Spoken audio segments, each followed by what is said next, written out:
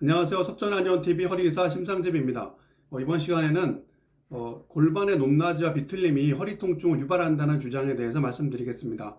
최근에 어린아이나 아니면 청소년 대상으로도 골반의 높낮이가 차이 난다고 이게 앞으로 요통을 일으키거나 성장에 문제가 될 수 있다고 주장하는 경우들이 있는데 이 부분에 대해서 제 생각을 말씀드리도록 하겠습니다. 여기가 장골이고요. 보시면은 여기가 장골이고 여기가 선추 부위입니다. 꼬리뼈 쪽이고요. 그래서 양쪽 장골과 이 선추를 합해서 보통 골반이라고 부릅니다.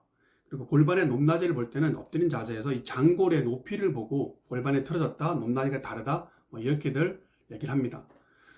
그런데 이 장골과 선추는 굉장히 단단한 인대로 연결되어 있기 때문에요. 이게 쉽게 비틀리거나 할 수 있는 구조가 아닙니다.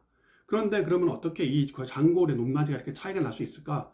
그것은 첫째, 이 장골에 연결되어 있는 근육과 연부 조직들이 상당히 많이 연결되어 있는데요. 이 긴장도에 따라서 이렇게 비틀림이 발생할 수 있다는 것입니다.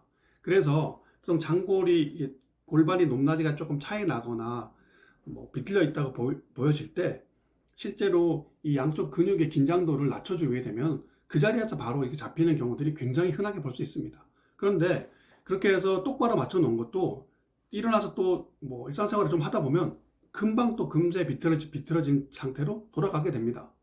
이런 일들은 굉장히 흔하게 이렇게 벌어지는 일이기 때문에 골반에서 약간의 어떤 높낮이 차이가 보인다고 해서 그거를 어떤 병적 소견으로 단정 짓거나 아니면 향후에 어떤 병적 소견을 일으킬 수 있다고 진단하는 것 자체가 문제가 있다고 생각합니다.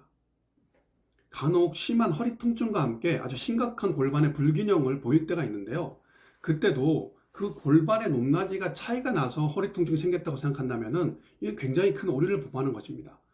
그럴 때 보통 골반의 높낮이가 크게 차이가 나는 이유는 허리 쪽에 이 척추와 선추가 연결되는 부위, 이 부분에서 보통 요통에 이제 문제들이 많이 생기고 여기서 불안정성이 발생하는 바람에 허리가 이렇게 기울게 됩니다. 허리가 기울거나 허리가 이렇게 비틀리는 경우는 굉장히 흔하게 일어나는데, 자 보시면은 허리가 이렇게 이쪽으로 기울거나 반대쪽으로 기울거나 했을 때 이렇게 기울게 되면 당연히 이 장골의 높낮이에 차이가 날 수밖에 없는 것이에요. 그때도 이 허리 통증을 골반을 맞춰가지고 치료하겠다고 하는 것은 이거는 굉장히 큰 오류를 범하는 것이고요.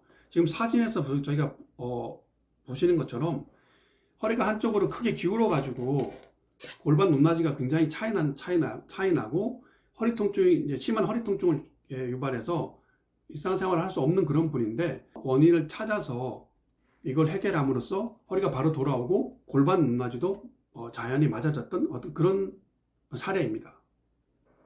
소아마비에 앓여서 한쪽 다리가 정상적으로 성장을 못하는 바람에 심각한 다리 길이 차이와 골반 불균형을 갖고 있는 환자분들을 제가 치료한 적이 있는데 그분 나이가 40대에서 60대까지 계셨거든요.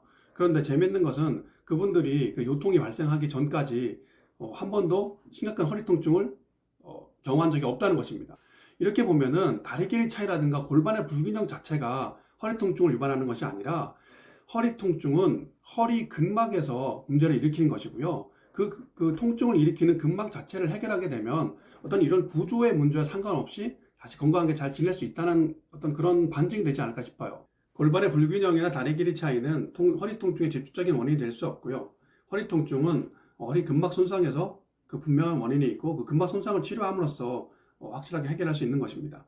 간혹 이런 불균형들이 허리 통증을 유발할 수 있는 어떤 요인이 될 수 있지 않느냐라고 할 수 있는데 그게 그 허리 통증의 요인이 될 수 있는 어떤 그런 위험성보다 그걸 인위적으로 바로 잡으려고 하는 그 행위로 인해서 새로운 근막 손상이 발생하는 위험이 훨씬 크기 때문에 특별히 통증이 없다면 어떤 이런 구조적인 불균형들을 인위적으로 바로 잡아야 될 필요는 없다고 봅니다. 특히나 어린이나 청소년 같은 경우에 앞으로 성장 과정에 문제가 생길 수 있다는 어떤 그런 가정을 바탕으로 어떤 그런 교정 행위가 행해지는 경우들이 있는데 저는 이런 행위들에 대해서는 굉장히 반대하는 입장이고요. 만약 어떤 통증이 있다면은 그 통증의 원인을 찾아서 해결하는 쪽으로 방향을 잡아야 되고, 통증이 없이 그런 불균형이 보인다고 하면 그 불균형을 바로 잡는 방법은 의외로 간단합니다. 적절하게 운동을 시키고 꾸준히 그걸 지속하게끔 한다면은 어떤 그런 구조적인 문제들은 그런 노력들을 통해서 충분히 바로 잡힐 수 있다고 봅니다. 네, 영상 봐주셔서 감사드립니다.